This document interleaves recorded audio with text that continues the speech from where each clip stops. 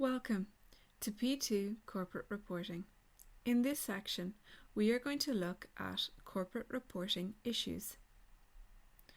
So, what are the hot topics in financial reporting?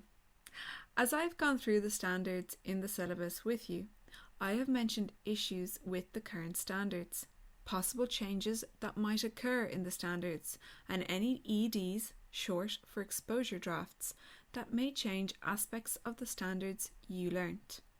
These are hot topics, so make sure you know them.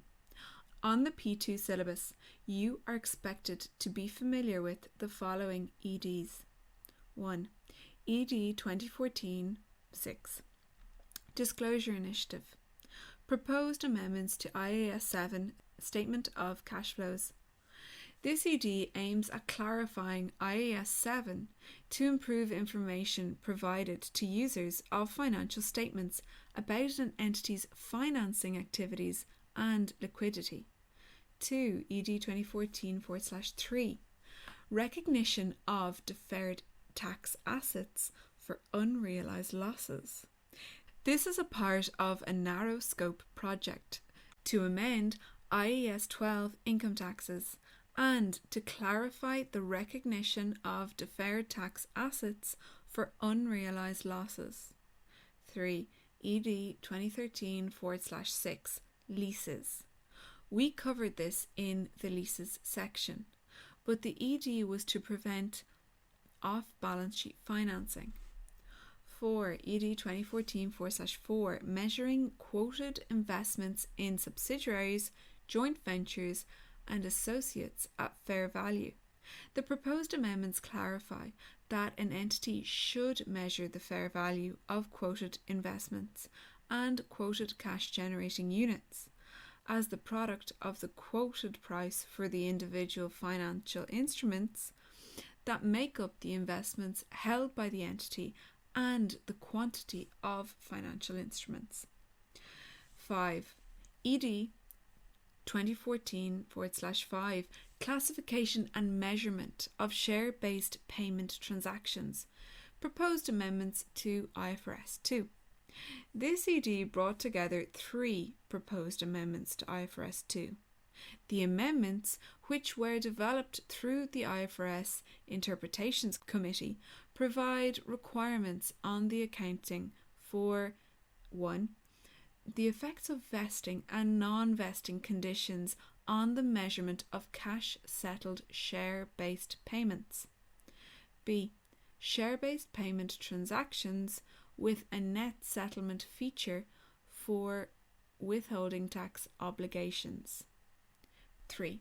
A modification to the terms and conditions of a share-based payment that changes the classification of the transactions from cash settled to equity settled. 6. ED 2015/1 Classification of Liabilities. Proposed amendments to IAS 1.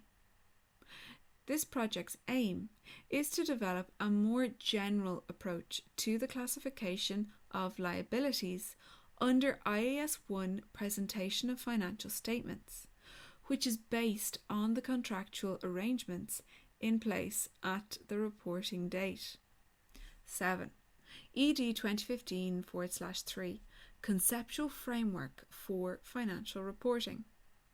This ED considers a revision and amendment of the existing conceptual framework and to revise the definitions of an asset and a liability, to introduce guidance on measurement and derecognition, and to set a framework for presentation and disclosure. If you are faced with a current reporting issue in the exam, the advice is begin with the framework. The framework for financial reporting sets out the conceptual basis for the development of standards and is based on the elements of assets and liabilities. So know that an asset is a right to a future economic inflow and a liability is an obligation to a future economic outflow. And once you know that and show that you know that to the examiner, you can move through the question. Fair value is another biggie. Why? Because it is based on market values and can be subjective. Don't forget, the IAS will take more relevant values even if they are less reliable. Management commentary. You've seen through your studies a move towards a holistic view of the business, and management have started introducing reports and commentary into the financial statements, breaking them down and explaining them to users. Currently, this is not regulated. However, the IASB is currently developing a standard for management commentaries. This will mean that they will conform and they will be much more comparable from company to company. Convergence is another very important topic as the financial reporting standards move to harmonise.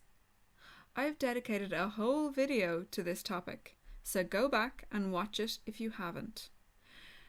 There are proposed changes to business combinations due to convergence to bring the IFRS standards in line with the US GAAP. So this harmonisation of standards is affecting many standards that you will see in your exam or in your work. The financial reporting standards will be constantly evolving, and the students that are sitting P2 in 10 years' time will be faced with different issues with the standards. When you approach a current reporting question, or any question, read it and think, what is the logical answer here? What are the purpose of the financial reporting standards? To bring clarity, consistency, relevance, and reliability to the financial information. If the situation presented to you in the question does not aim to bring this, then it does not address the issue. This is a section of the syllabus where you need to know the fundamentals and then apply them. That means you've got to practice as many questions as you can.